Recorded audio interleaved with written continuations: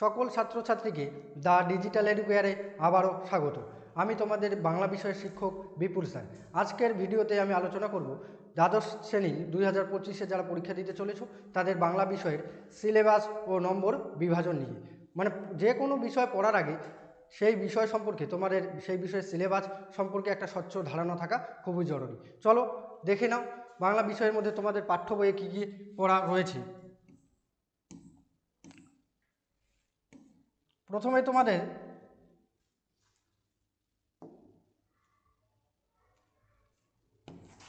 রয়েছে গল্প।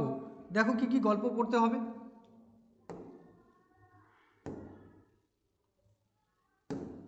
দেখো প্রথমে তোমাদের গল্প থাকবে কে বাঁচায় কে বাঁচে, কার লেখা? মানিক বন্দ্যোপাধ্যায়। তোমাদের টোটাল 3টে গল্প থাকবে, কে বাঁচায় কে বাঁচে, মানিক বন্দ্যোপাধ্যায়। তারপরে ভাত। ভাত গল্পটা কার লেখা? মহাশ্বেতা দেবীর ভাত গল্প।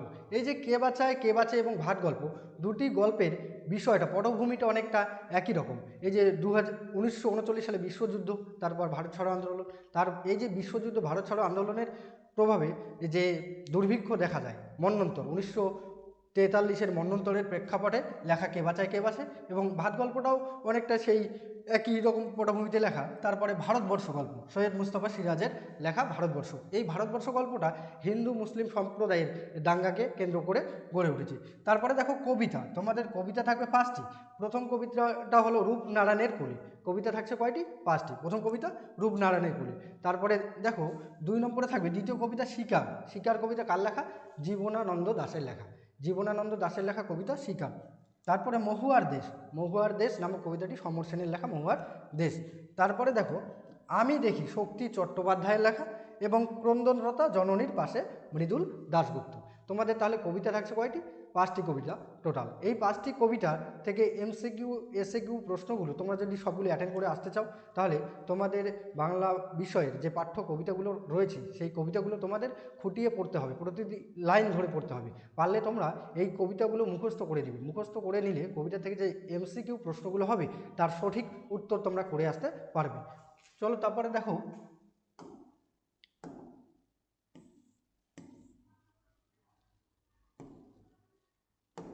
কবিতার পর থাকছে নাটক। নাটক কি? তোমাদের 2টা নাটক থাকবে, একটা হলো বিভাব নাটক শম্ভু মিত্রের, এবং নানা রঙের দিন। এই যে বিভাব নাটকটার মধ্যে বিভাব নাটকটার নাট্যকার একটা অন্য নাম দিতে চেয়েছে, যে এর নাম হওয়া উচিত ছিল অভা। এই বিভাব নাটকের মধ্যে নাট্য সরঞ্জাম, মানে একটা নাটক দৃশ্যায়িত করার জন্য যেই জিনিসপত্রের, মঞ্চস্থ করার জন্য যে জিনিসপত্রের দরকার হয়, সেই জিনিসপত্রের অভাব দেখা যাবে নাটকটির মধ্যে। এই নাটকটি শম্ভু মিত্র এবং তৃপ্তি মিত্র, নাট্যকার শম্ভু মিত্র এবং তার স্ত্রী তৃপ্তি মিত্র এই নাটকের চরিত্র হিসেবে রয়েছেন। তারপরে নানা রঙের দিন অজিতেশ বন্দ্যোপাধ্যায়। নানা রঙের দিন নাটকে 2টা চরিত্র পাবো, একটা হলো রজনী আর কালীনাথ। তারপরে দেখো ভারতীয় গল্প। ভারতীয় গল্পের মধ্যে থাকছে ভারতীয় গল্প, একটা গল্প থাকবে তোমাদের কর্তার সিং দুগলাল, অনুবাদ করেন অনিন্দ্য সৌরভ। এই যে কর্তার সিং দুগলালের লেখা অলৌকিক গল্পটি বাংলায় অনুবাদ করেন অনিন্দ্য সৌরভ। তারপর তোমাদের থাকছে আন্তর্জাতিক কবিতা।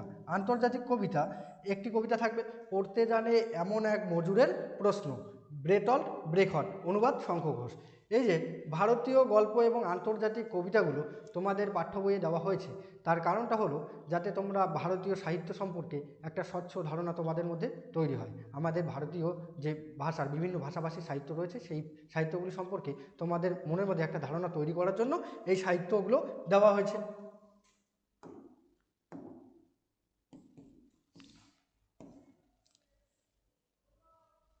এরপরে দেখো পূর্ণাঙ্গ সহায়ক গ্রন্থ আমার বাংলা সুভাষ মুখোপাধ্যায়। তোমাদের পাঠ্য আরেকটা বই রয়েছে যে পূর্ণাঙ্গ সহায়ক গ্রন্থ আমার বাংলা সুভাষ মুখোপাধ্যায়ের আমার বাংলা। এখানে তোমাদের 5টা গল্প থাকবে। 1 নম্বর গাঢ় পাহাড়ের নিচে, ছাতির বদলে হাতি, কলের কলকাতা, মেঘের গায়ে জেলখানা, হাত বাড়াও। এই যে 5টা পড়ার থেকে তোমাদের বড় প্রশ্ন থাকবে শুধু, এখান থেকে কোনো ছোট প্রশ্ন হয় না। এই 5টা থেকে বড় প্রশ্ন হবে। তারপরে দেখো বাঙালি শিল্প ও সংস্কৃতি পরের, মানে এটা হলো সাহিত্যের ইতিহাসের পাঠ। তোমাদের সাহিত্যের ইতিহাস থেকে কী কী থাকছে? বাঙালি শিল্প সংস্কৃতি। এই শিল্প সংস্কৃতির মধ্যে কী কী পড়বে? 1 নম্বরে আছে বাংলা গানের ধারা। এই যে বাংলা গানের ধারা, বাংলা গানের বিভিন্ন গায়কদের সম্পর্কে এখানে পড়তে হবে, যেমন রবীন্দ্রনাথ ঠাকুর, তারপরে যারা গান লিখেছেন রবীন্দ্রনাথ, কাজী নজরুল, দ্বিজেন্দ্রলাল রায়, তারপর তোমাদের অতুল প্রসাদ রয়েছে, মান্না দে রয়েছে। তারপরে দেখো বাঙালির চিত্রকলা, মানে বাঙালির এই যে আঁকা আঁকি নিয়ে চিত্রকলা, বাঙালির চিত্রকলায় প্রথমেই আসবে অবনীন্দ্রনাথ, তারপর নন্দলাল বসু।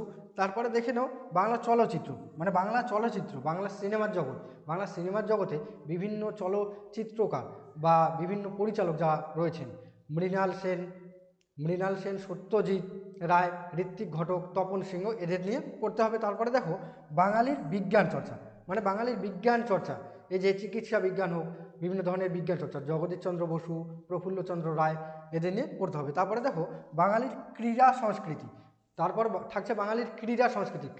ক্রীড়া বলতে এখানে বাঙালির খেলাধুলা, মানে বাঙালি কী কী খেলার সঙ্গে যুক্ত ছিলেন, কারা কারা সুনাম অর্জন করেছিলেন।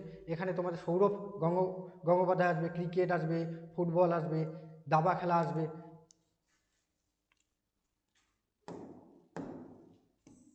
তারপরে দেখো তারপরে পার্ট তোমাদের থাকছে, এরপরে থাকবে ভাষা। এই যে ভাষা চর্চা, ভাষা থেকে ভাষা বিজ্ঞান ও তার বিভিন্ন শাখা। এই যে ভাষা বিজ্ঞান কি, ভাষা বিজ্ঞানের বিভিন্ন শাখা সম্পর্কে, যেমন তুলনামূলক ভাষা বিজ্ঞান, সমাজ ভাষা বিজ্ঞান। আর এই তুলনামূলক সমাজ ভাষা বিজ্ঞান, এই ভাষা বিজ্ঞানের শাখাগুলো সম্পর্কে তোমাদের জানতে হবে। তারপরে ধ্বনি তত্ত্ব, ধ্বনি, স্বরধ্বনি, ব্যঞ্জনধ্বনি, এই যে ধ্বনি তত্ত্ব সম্পর্কে পড়তে হবে। তারপর রূপতত্ত্ব, ধ্বনিতত্ত্ব, রূপতত্ত্ব, বাক্যতত্ত্ব, শব্দার্থ। এই যে ভাষা বিজ্ঞানে গেল এই 5টা পার্ট। তারপরে তোমাদের সবার শেষে থাকবে প্রবন্ধ রচনা, মানে প্রবন্ধ রচনা তোমাদের 10 নম্বরে থাকে। প্রবন্ধ রচনা দেখো কী কী থাকবে, মানস মানচিত্র অনুসারে প্রবন্ধ রচনা করো। তারপর প্রদত্ত অনুচ্ছেদের ভিত্তিতে প্রবন্ধ রচনা, বিতর্কমূলক প্রবন্ধ রচনা, প্রদত্ত সূত্র ও তথ্যের ভিত্তিতে প্রবন্ধ রচনা। এই যে তোমাদের প্রবন্ধ রচনা, উচ্চ মাধ্যমিকের পরীক্ষায় 4টি প্রবন্ধ রচনা দেওয়া থাকে, তার মধ্যে যে কোনো একটি তোমাদের অ্যাটেন্ড করতে হয়। এই যে প্রদত্ত সূত্র ও তথ্যের ভিত্তিতে প্রবন্ধ রচনা, এটা হলো জীবনীমূলক প্রবন্ধ রচনা। কোনো একজন ব্যক্তির, বিখ্যাত ব্যক্তির, সাহিত্যিক হতে পারে, এই যে সাহিত্যিকের জীবনী সম্পর্কে লিখতে হবে। তোমাদের ওখানে জন্ম, তাদের এর বিভিন্ন ধরনের কাজকর্ম সব তুলে দেওয়া থাকবে, ওটা দেখে দেখে তোমাদের একটা প্রবন্ধ রচনা করতে হবে। এই গেল বাংলা বিষয়ের সিলেবাস। এবার আমরা দেখে নেব নম্বর বিভাজন, মানে গল্পের থেকে কত নম্বর থাকবে, কবিতার থেকে কত নম্বর থাকবে, নাটক থেকে কত নম্বর থাকবে, এই যে সাহিত্যের ইতিহাস থেকে কত নম্বর থাকবে, ভাষা থেকে কত নম্বর থাকবে। দেখো প্রথমেই আছে গল্প। এই যে গল্পের থেকে তোমাদের এমসিকিউ প্রশ্ন থাকবে 5 নম্বর। গল্প রয়েছে তোমাদের কয়টা, তোমাদের গল্প রয়েছে 3টি গল্প। এই 3টি গল্পের থেকে তোমাদের এমসিকিউ প্রশ্নের উত্তর করতে হবে 5টি। তারপর এসএকিউ প্রশ্ন, দেখো গল্পের থেকে এসএকিউ প্রশ্ন থাকবে 2টি। এই যে তোমাদের গল্পগুলো, 3টি গল্প থেকে ছোট প্রশ্ন টোটাল থাকছে 7 নম্বর, 5 আর 2 7 নম্বর। তাই গল্পগুলো খুব খুঁটিয়ে খুঁটিয়ে পড়তে হবে। তারপরে দেখো বড় প্রশ্ন থাকবে তোমাদের একটা, গল্প রয়েছে 3টা গল্পের থেকে তোমাদের বড় প্রশ্ন থাকছে 1টি। তাহলে গল্পের থেকে টোটাল কত নম্বর হয়ে গেল, 12 নম্বর। তারপরে দেখো গল্পের পরে রয়েছে নাটক। এখানে নাটক থেকে তোমাদের এমসিকিউ থাকবে 3টা, এসএকিউ 2টা, 3 2 5 নম্বর, এবং বড় প্রশ্ন থাকবে 1টি। তাহলে নাটক থেকে টোটাল নম্বর থাকছে 10 নম্বর। নাটক থেকে কত নম্বর, 10 নম্বর। তারপরে দেখো কবিতার থেকে এমসিকিউ 4টি, এসএকিউ 4টি, তারপর বড় প্রশ্ন 5 নম্বর, টোটাল 13 নম্বর। মানে কবিতার থেকেও তোমাদের ছোট প্রশ্ন অনেক থাকছে, 5টি কবিতার থেকে টোটাল 8 নম্বরের ছোট প্রশ্ন থাকছে, এবং বড় প্রশ্ন থাকছে 1টি, টোটাল 13 নম্বর। তারপরে দেখো আন্তর্জাতিক গল্প ও ভারতীয় কবিতা। এই যে আন্তর্জাতিক গল্প একটা রয়েছে তোমাদের অলৌকিক, এবং ভারতীয় কবিতা একটা কবিতা আছে। এই কবিতা আর গল্প মিলে তোমাদের ছোট প্রশ্ন থাকবে একটি করে 2টি, একটি এমসিকিউ, একটি এসএকিউ, আর বড় প্রশ্ন একটি, টোটাল 7 নম্বর থাকছে তোমাদের আন্তর্জাতিক গল্প ভারতীয় কবিতা। তারপরে দেখো পূর্ণাঙ্গ সহায়ক গ্রন্থ। এই যে পূর্ণাঙ্গ সহায়ক গ্রন্থ থেকে তোমাদের কোনো ছোট প্রশ্ন থাকছে না, এখানে থাকবে শুধু একটা 5 নম্বরের প্রশ্ন। এই যে এখানে পূর্ণাঙ্গ সহায়ক গ্রন্থ, সুভাষ মুখোপাধ্যায়ের পূর্ণাঙ্গ সহায়ক গ্রন্থ থেকে তোমাদের এই যে 5টি পড়া আছে, গল্প রয়েছে, এই 5টি গল্প থেকে একটা বড় প্রশ্ন অ্যাটেন্ড করতে হবে। তারপরে দেখো শিল্প, সাহিত্য ও সংস্কৃতির ইতিহাস, যে সাহিত্যের ইতিহাস পার্ট থেকে কি থাকবে, তোমাদের এমসিকিউ থাকবে 3টা, কোনো এসএকিউ প্রশ্ন এখান থেকে হবে না, এমসিকিউ 3টা, এবং বড় প্রশ্ন হবে 2টি। বড় প্রশ্ন 2টি, 10 নম্বর, 10 3 13। তোমাদের সাহিত্যের ইতিহাস থেকে কত নম্বর থাকছে, 13 নম্বর। তারপরে দেখো ভাষা।